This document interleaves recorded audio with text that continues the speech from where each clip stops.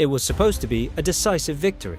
On October 16th, Putin sent an entire armored battalion to crush Ukrainian defenses and clear the way to the strategic city of Pokrovsk. But they didn't count on one thing: Ukraine was already waiting for them. What should have been a fast advance turned into a massacre. Within minutes, Russia's elite column was caught in a perfect ambush, turned into a blazing graveyard of metal. In this video, we'll reveal the brilliant strategy behind this devastating trap and show how Ukraine annihilated one of Russia's biggest offensives of the year. But before we understand how this ambush happened, we need to understand where and why it was inevitable. Pokrovsk isn't just a point on the map, it's the logistical heart of the Western Donetsk front. It's from there that fuel, ammunition and reinforcements flow to keep Ukraine's defenses running. During the summer, the Russians tried to change tactics. Instead of massive assaults, they began infiltrating small groups of 20 or 30 soldiers at a time, advancing at night and trying to quietly take over villages. In theory, it sounded smart, but in practice, it was a disaster. These groups ended up isolated, with no artillery cover, and were quickly hunted down by FPV drones and guided mortars. The uneven terrain and constant Ukrainian surveillance made any stealth advance impossible. Frustrated by failure, Moscow returned to its old method, the classic Soviet formula: brute force, armored columns advancing in mass, trying to win by numbers rather than strategy. And that's exactly what happened on October 16th. What the Russians didn't know was that every meter of that route had already been prepared to receive them.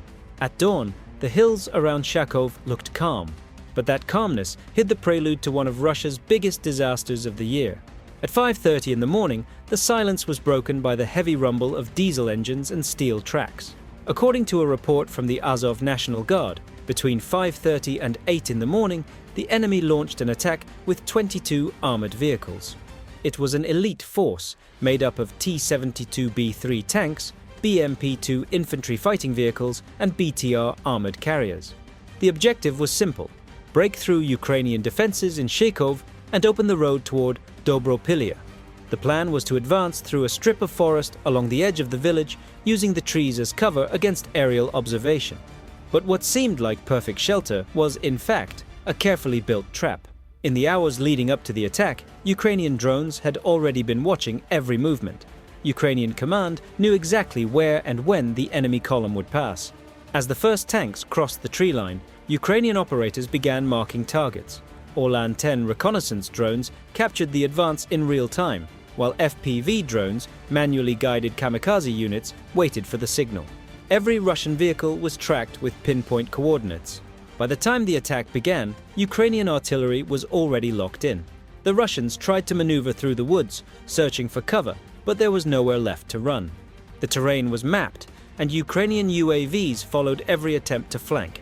Within seconds, the sky was filled with metallic noise and explosions. Their attempt to retreat only made things worse. Vehicles started colliding, blocking escape routes. The Azov National Guard itself reported, "Enemy maneuvers were unsuccessful.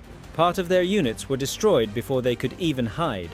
That line sums it up. Tanks trying to leave the main road, only to be struck from above by FPV drones carrying RKG-3 anti-tank charges. Each hit turned the vehicles into pillars of smoke and fire. While drones carried out precise strikes, Ukrainian artillery completed the encirclement. M77V 155mm units and 2 S-22 Bodanas opened coordinated fire on Russian concentration points. The combination was lethal. Drones adjusted the shots in real time, correcting every impact. At the Ukrainian command post, the highlight was the presence of the Azov National Guard. Since August, that unit had been deployed to the region precisely to stop offensives like this one. Formed by veterans of earlier battles in Mariupol and Bakhmut, Azov brought to Pokrovsk the experience of urban warfare and coordination between drones and artillery. Their role was crucial: detect Russian movements, prepare rapid counterattacks, and coordinate the use of technology with surgical precision. During the assault, Azov teams operated drones at multiple altitudes. When the Russians tried to regroup around Shakhove, they were immediately spotted. One by one, the armored vehicles were destroyed. Drone footage showed the field covered in smoldering wreckage, with tank turrets thrown dozens of meters away.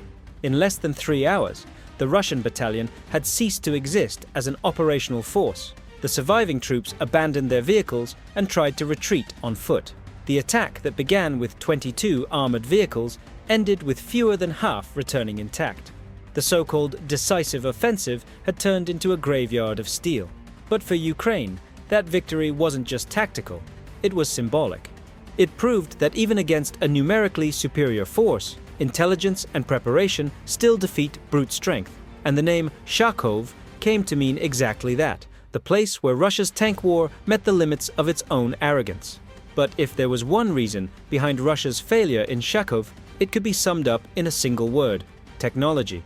More specifically, drones. In the skies over Pokrovsk, Ukraine dominates the tactical space like no one else. FPV and reconnaissance drones form an invisible web covering every road, every forest, every curve in the terrain. While the Russians still rely on ground observers and manual reports, the Ukrainians see the battlefield in real time. High above, reconnaissance drones fly overhead, identifying the movement of armored columns, marking coordinates, and transmitting live images to command centers. Just below them, FPV drones, light, fast, and deadly, wait for the order to strike. They dive straight into their targets: tank turrets, engines, ammunition compartments. In Shakhove, nearly all of the first hits came from these drones. The Russians tried to respond.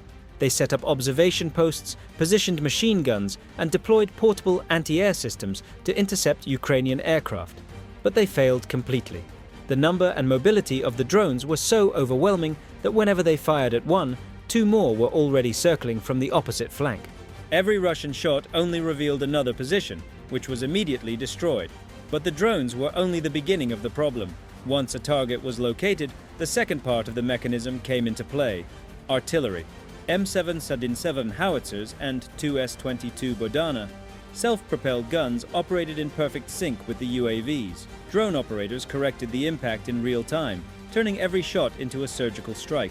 There were no more saturation barrages, only absolute precision, hit after hit. And the final blow came from below the ground.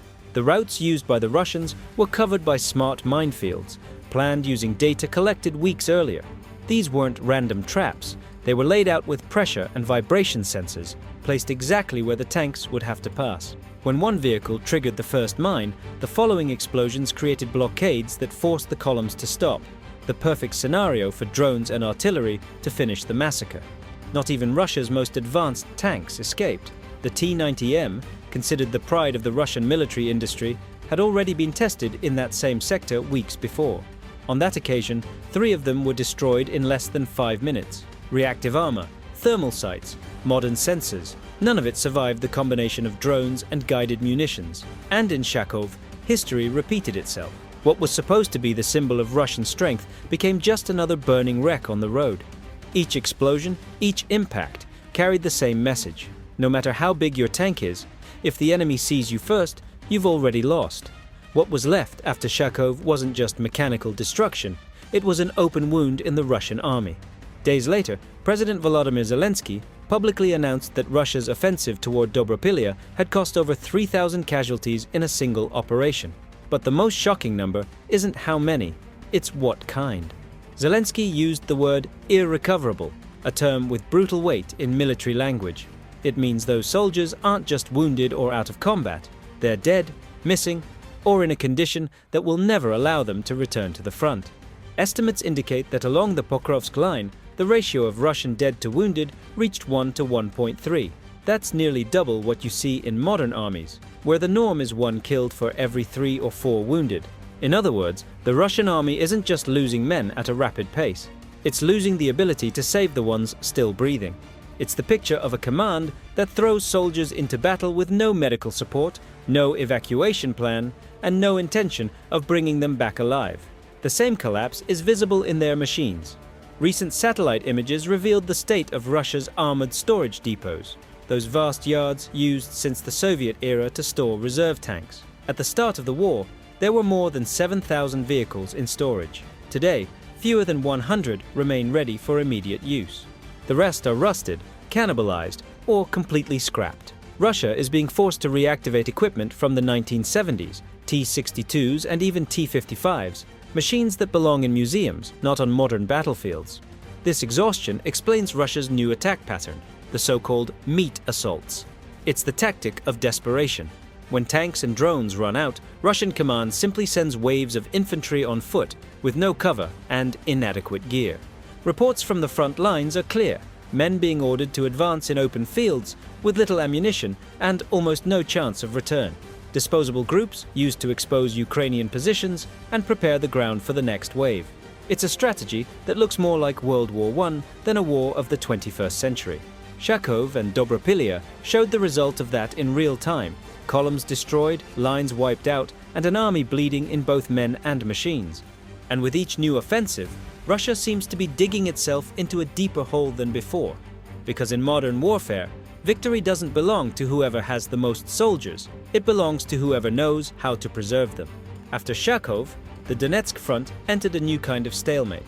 Russia has already tried to break through Ukrainian defenses from every possible direction, but every attempt, from Dobropilya to Pokrovsk, ends the same way, in fire, smoke, and failure.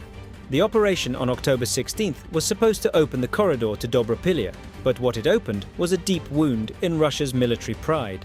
The armored vehicles that advanced with confidence ended up as scrap metal, and what was meant to be a decisive offensive turned into a clear warning. Putin's strategy is costing dearly and bringing no results at all. Dobropilya remains strong, untouched, and with every new attempt to capture it, the human and material cost only grows. The Kremlin seems willing to sacrifice entire battalions for a few muddy kilometers that change nothing about the course of the war. Meanwhile, Ukraine keeps proving why it still stands. The victory at Shakhove wasn't just local, it was a symbol of a defense built on intelligence, adaptation, and precision. Even with fewer men and fewer resources, Ukrainian forces have learned to turn every Russian attack into an opportunity. The combination of drones, coordinated artillery, and real-time reconnaissance has become the signature of modern warfare, and it's exactly what's keeping the country alive. On paper, Russia still has the numbers. In practice, those numbers are melting away. Tanks that were supposed to lead the advance are now leading the loss reports, and soldiers who were meant to be winning the war are being thrown into the front lines as disposable pieces of a plan that no longer makes sense. What comes next? Will Russia keep sacrificing thousands of lives for minimal gains? And Ukraine, can it maintain this sharp defense under such relentless pressure and exhaustion? One thing is certain, the battle for Donetsk isn't over. It has turned into a test of endurance, of who can hold out longer, learn faster, and pay less for every mistake. Because in the end, this war isn't measured only in destroyed tanks or captured ground, but in how many lives each side is willing to lose for so little. If you want to keep following how this story unfolds, like this video, share it with those tracking the conflict and subscribe to the channel, because what comes next could change everything we know about the war in Ukraine. And if you think the disaster at Shakhove was shocking, wait until you see what happened when Putin decided to put his best tanks on the battlefield. After a year of keeping the T-90Ms in reserve as his trump card, he finally deployed them, and Ukraine turned what was meant to be a showcase of Russian pride into yet another scene of total destruction. Click now on the video appearing on your screen and see how Russia's most advanced tanks were reduced to scrap metal in just a few hours. You'll understand, through real footage, why Putin's so-called best tank in the world never turned out to be anything more than another easy target on the battlefield.